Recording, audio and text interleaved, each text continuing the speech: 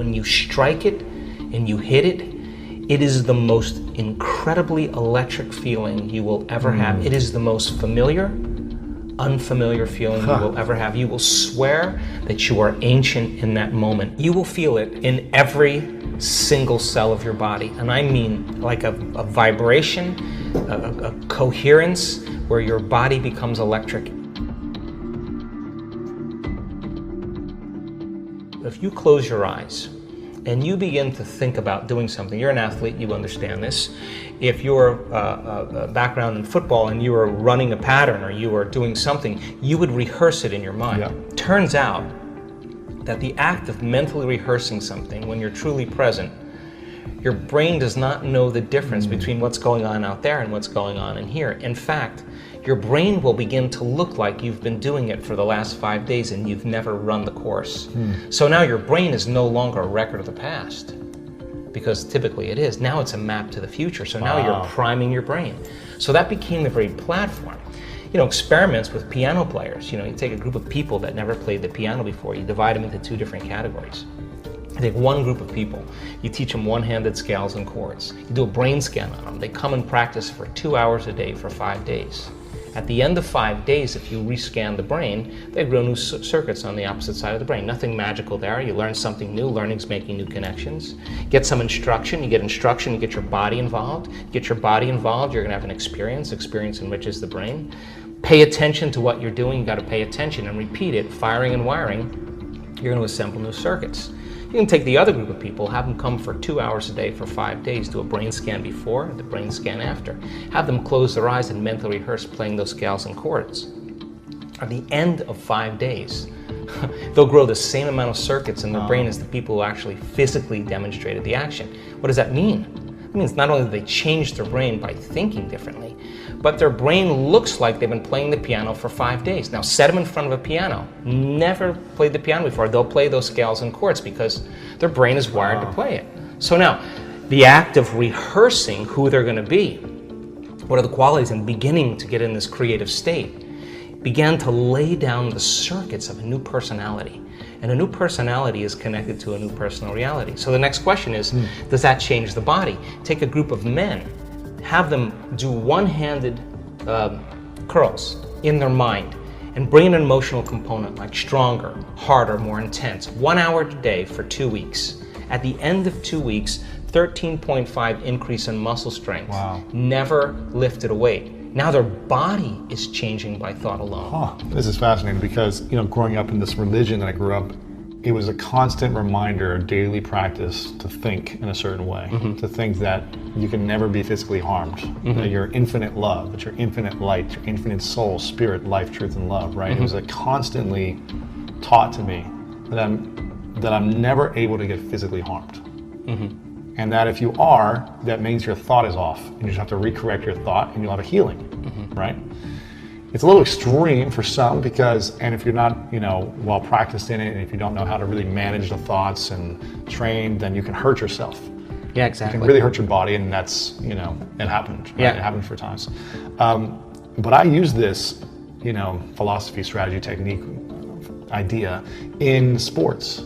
And I would rehearse constantly, like you talked about, I was constantly rehearsing the games, what I wanted to create for the season, for my body, for my life. And it just seemed like it would always happen. And I remember I would watch game film of world record holders in track and field and football and watch them every single night and mentally rehearse the same movements they would have before I would fall asleep. And then I'd practice the next day. But I was constantly rehearsing in my mind how I wanted to show up. I was rehearsing this moment. You know, in my life, 10 years ago, I was rehearsing what I'd be doing this year in my life. If you're living by those elevated states and you know how to feel that emotion of your future before it happens, you're less likely to wait for it to happen because you'll feel like it already happened. You're less likely to try to control it. You'll know that the moment you lose the feeling, you just disconnected, and you're going to make your way back. And when you get good at it, no person, no thing, no experience can take it away from you. Wow. Now you're empowered. And if you understand the laws of how creation happens, then you're less likely to compete and rush to get what you want. You're going to know that it's going to come to you. And now that's the new model of how we create.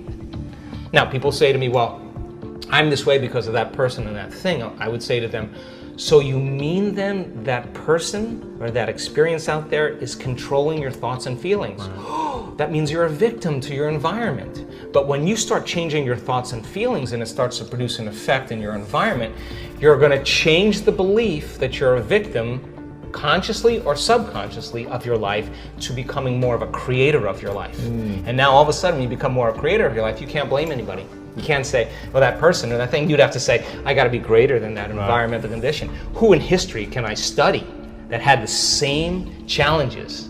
What did they do? Let me just work that into my rehearsal so that I can improve, right? Just like you've done with sports. It's the same process. Yeah. When do you experience the most love? Ooh. Personally. Yeah, that's a great question. So it turns out that the signature of the quantum field is greater and greater degrees of oneness and wholeness, right? So think about it. When we live in stress, we live in separation, right? Because our senses fool us into believing you're there and I'm here, and everybody is separate from us, and everything is separate from us. That's 3D reality, right?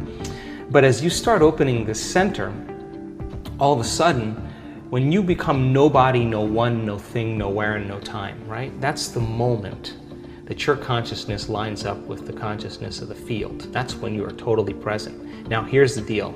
If I can get people to believe that just because they can't see something doesn't mean it doesn't exist, if they can just connect and pay attention to that field and stay present with it and become more aware of it, moment after moment after moment, every interaction with that invisible field, every experience lays down new circuits in their brain for them to perceive more of it, right? So then as they keep their attention on it, they start moving closer and closer to it, so they experience less separation and more oneness and wholeness.